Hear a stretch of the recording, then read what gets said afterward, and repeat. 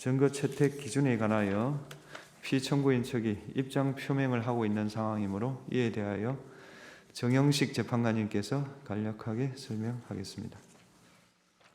예, 지난 준비기일에서 밝힌 바와 같이 헌법재판소는 탄핵 심판이 헌법재판이라는 사정을 고려해서 형사소송법상의 전문 법칙을 완화해서 적용해 왔습니다.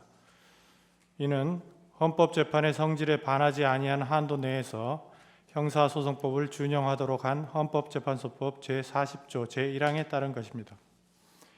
헌법재판소법 제40조 제1항은 현재까지 개정된 바도 없고 선례도 변함없이 유지되고 있습니다. 이러한 선례의 기준은 개정 형사소송법이 시행된 이후에도 2023 헌나 1 결정, 행정안전부 장관 이상민 탄핵, 그리고 2023 헌나 2 결정, 검사 안동환 탄핵 등에서 일관되게 적용되어 왔습니다. 이 사건의 경우에도 전문법칙의 완화 적용에 관하여 이러한 모든 사정을 종합하여 재판부의 평의를 거쳤음을 알려드립니다. 예, 증거 관련해서 청구인 측이 갑제 49호증 1부터 갑제 61호증 1, 2 제출을 하셨고요.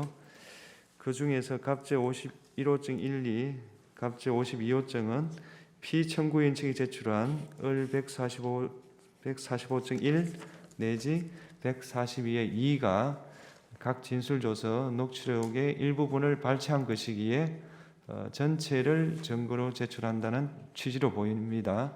그렇다면은 양측이 모두 증거 동의하는 것으로 봐도 되겠습니까? 네, 저희는 그렇습니다. 네, 그렇다면 어떻습니까? 그 가포증에 대해서 저희들 전체 부동의합니다. 아, 그렇습니까? 그러면 가포증은 좀 이따 검토하기로 하고요. 을 140호증의 1 내지 을 142의 2는 증거로 채택하겠습니다. 그다음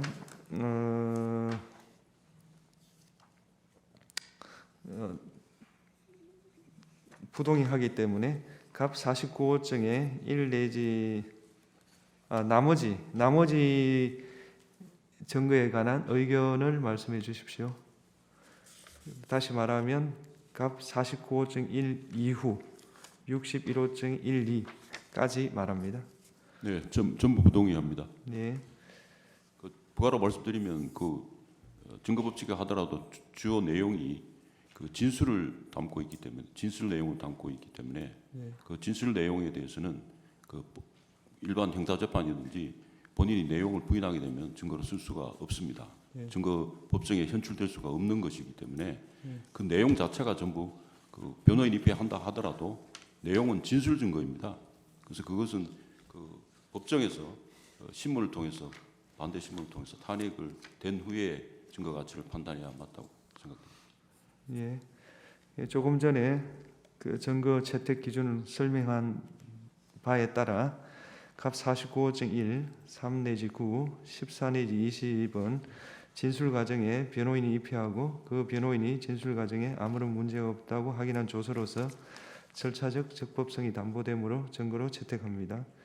갑 54호증 1부터 갑 57호증까지 갑 65호증 1, 2, 61호증 1, 2는 기재 일시에 해당 언론 매체에서 그러한 보도가 있었다 사실을 증명하는 한도에서 증거로 채택하겠습니다.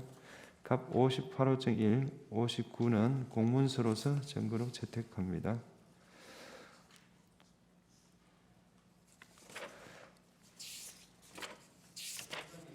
네. 네, 하십시오. 네, 전문법칙 관련해서 헌법재판소법 제40조 규정에 헌법재판의 성질에 반하지 않는 범위 내에서 형사소송법을 준용할 수 있다고 말씀을 하셨습니다. 그런데 그 규정에 따라서 전문법칙을 완화한다고 말씀하셨다면 전문법칙이 그럼 헌법재판의 성질에 반한다는 말씀이신지 여쭤보고 싶고요. 이 헌법재판은 특히 대통령의 탄핵 심판은 단심입니다. 그리고 그 결과가 파면밖에 없습니다. 오히려 전문 법칙이 더 강화돼서 적용돼야 되는 것이 아닌가 하는 생각이 들어서 말씀을 드립니다. 우리 윤 변호사님께서 말씀하신 내용에 관해서 추가 하나 보충 의견을 말씀드리겠습니다. 헌법재판의 성질에 반하지 않는 범위 내에서라는 그 해석과 관련하여서 일반 민사소송이나 행정소송에서 개별 사건의 경우에 좀 소의 이익이 없어서 각하되어야 되지만 어떤 헌법적으로 중요한 이슈가 있을 때에는 그것에도 불구하고 헌법적 가치를 수호하기 위해서 또 중요한 어떤 지침을 헌법재판소가 결정하기 위해서 일반 행정소송이나 민사소송의 어떤 법리에도 불구하고 헌법재판의 성질에 반하지 않는 범위 내에서만 준용하기 때문에 그럼에도 불구하고 헌법적인 판단을 내리겠다. 그럴 때 그 의미가 있는 것이지 기본적으로 형사소송법의 규정을 준용해야 한다는 그 규정을 적용을 제한하는 것이 어떻게 헌법소송의 원리에 부합하는 것인지 도저히 이해가 되지 않습니다. 그 부분에 대해서는 그냥 그 선례가 그렇다든지 또는 평의가 그렇게 거쳤다는 단순한 이유가 아니라 어떤 법리에서 그렇게 구성을 하신 것인지에 대해서 피청구인들 변호인들 입장에서는 그 의견을 꼭 듣고 싶습니다. 네, 그거는 추후 평의를 한번 해보겠습니다.